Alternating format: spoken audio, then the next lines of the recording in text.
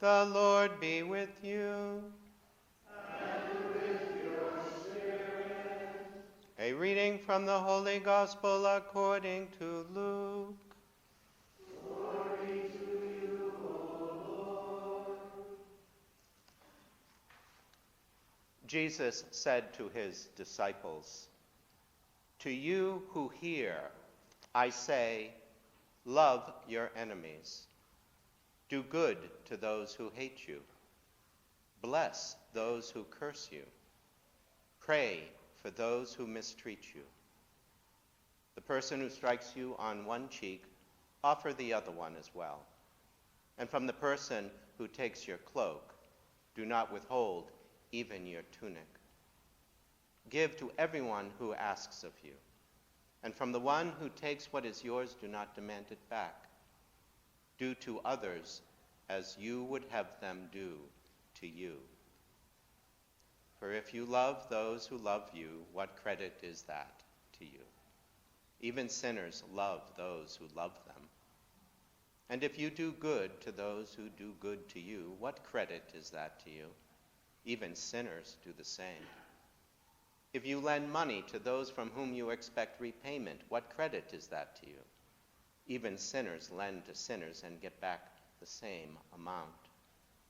But rather, love your enemies and do good to them, and lend expecting nothing back.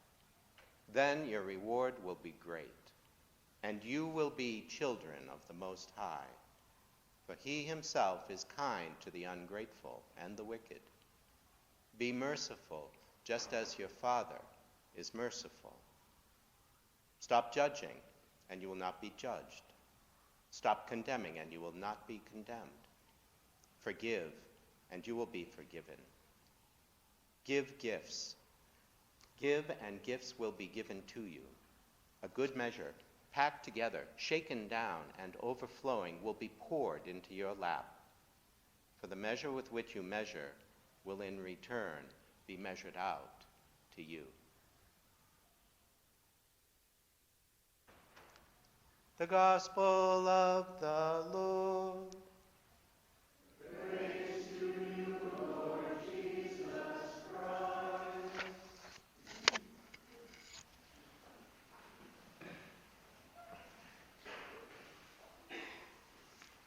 Today is Sexagesima Sunday. It's my new word.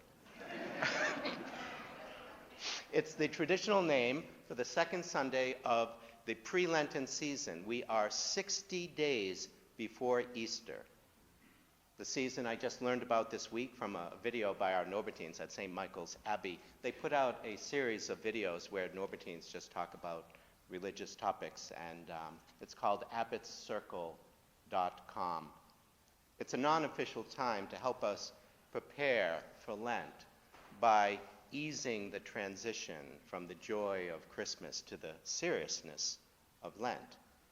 And in the wisdom of the Church, we are given a very serious gospel today, a challenging message for equally challenging times.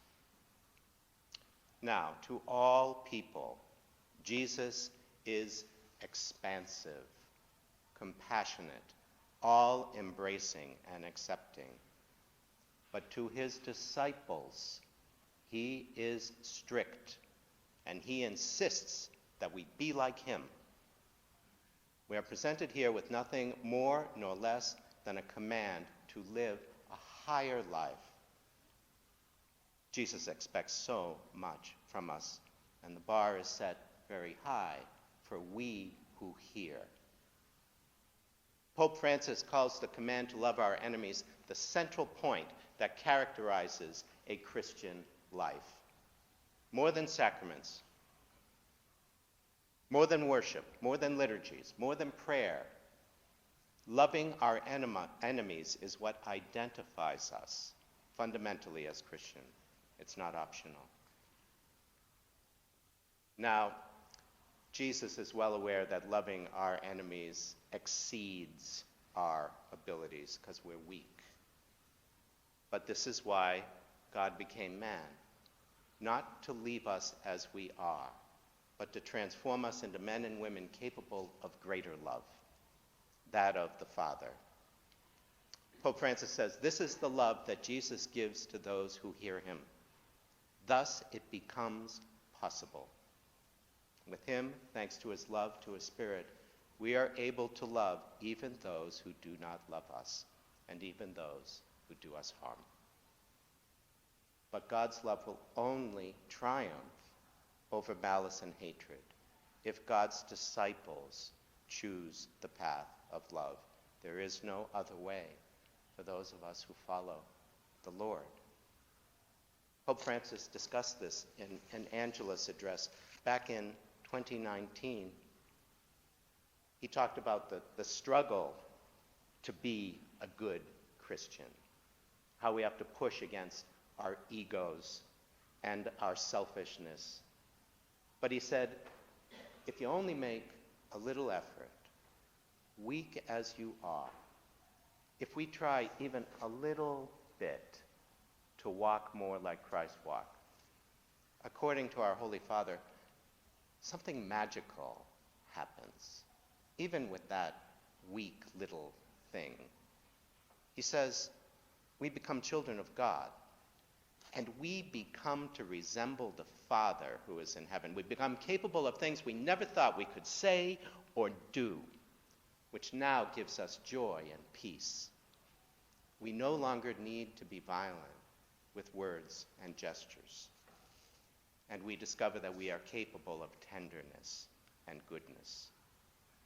And that tenderness and goodness are masculine traits as much as feminine. They transcend gender. We sense that all of this comes not from ourselves, but from God. And Pope says we don't brag about it, we're just grateful for it. We don't blow our own horn about how nice we are.